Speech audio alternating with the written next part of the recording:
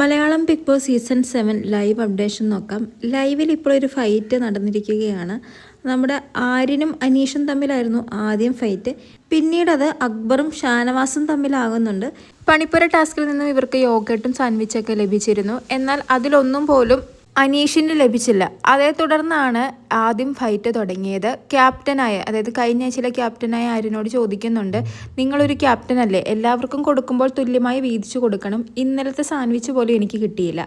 ഇപ്പോൾ ആര്യൻ യോഗട്ട് ഉപയോഗിച്ച് പുഡിംഗ് എന്തോ ഉണ്ടാക്കുകയാണ്. അപ്പോൾ അതിനു മുമ്പ് തന്നെ ആ യോഗട്ട് പലരും കഴിച്ചിരുന്നു. യോഗട്ടിൽ നിന്നും ഒരു സ്പൂൺ പോലും അനീഷിന് കിട്ടിയില്ല. അതാണ് ക്യാപ്റ്റനായ ആര്യനോട് അനീഷ് ചൂടാകുന്നത്.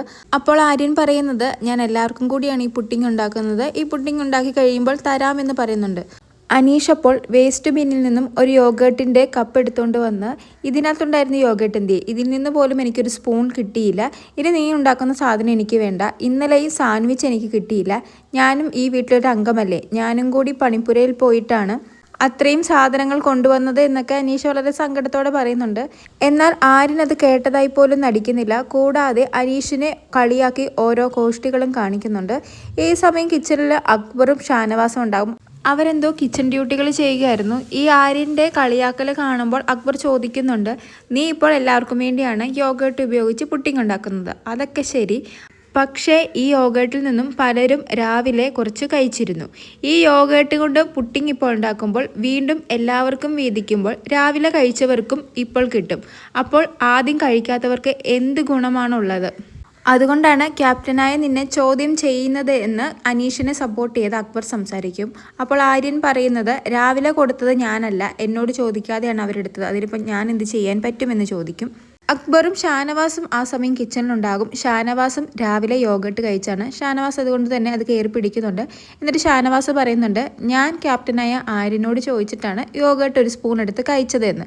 അപ്പോൾ അക്ബർ ചോദിക്കുന്നുണ്ട്, നിങ്ങൾ കഴിഞ്ഞ ആഴ്ചയൊക്കെ ഇതുപോലെ കട്ടെടുത്ത് ഫുഡ് കഴിക്കരുത്, അല്ലെങ്കിൽ എല്ലാവർക്കും കൊടുത്ത് വീതിച്ച് കഴിക്കണമെന്നൊക്കെ പറഞ്ഞ ആളല്ലേ, ഇപ്പോൾ എന്താ സ്വന്തം കാര്യം നോക്കി കഴിക്കുന്നത് എന്ന് ചോദിക്കും.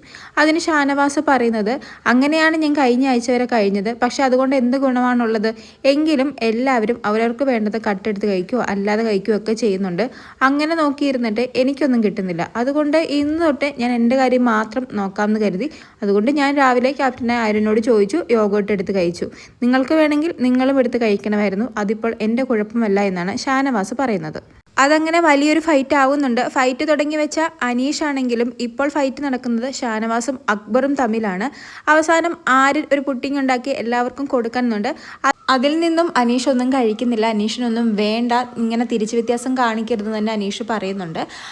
ആര്യനൊരു ക്യാപ്റ്റനായിട്ട് ഇങ്ങനെ ചെയ്യുന്നത് വളരെ തെറ്റാണ്. സാൻഡ്വിച്ച് ആണെങ്കിലും ശരി, യോഗട്ട് ആണെങ്കിലും ശരി, എല്ലാവരും കഷ്ടപ്പെട്ടിട്ട് തന്നെയാണ് പണിപ്പുരയിൽ നിന്ന് എല്ലാവർക്കും കൂടിയാണ് ഈ സാധനങ്ങൾ കിട്ടുന്നതും. വീതിക്കുമ്പോൾ തുല്യമായി തന്നെ വീതിക്കേണ്ടതാണ്. ആര്യൻ മിക്കപ്പോഴും പല സാധനങ്ങളും വീതിക്കുമ്പോഴും ഇത് ആവർത്തിച്ചിട്ടുള്ള കാര്യമാണ്. ഇതെന്തായാലും വളരെ തെറ്റായ ഒരു കാര്യം തന്നെയാണ്. കൂടുതൽ ലൈവ് അപ്ഡേറ്റ്സുമായി വീണ്ടും വരാം.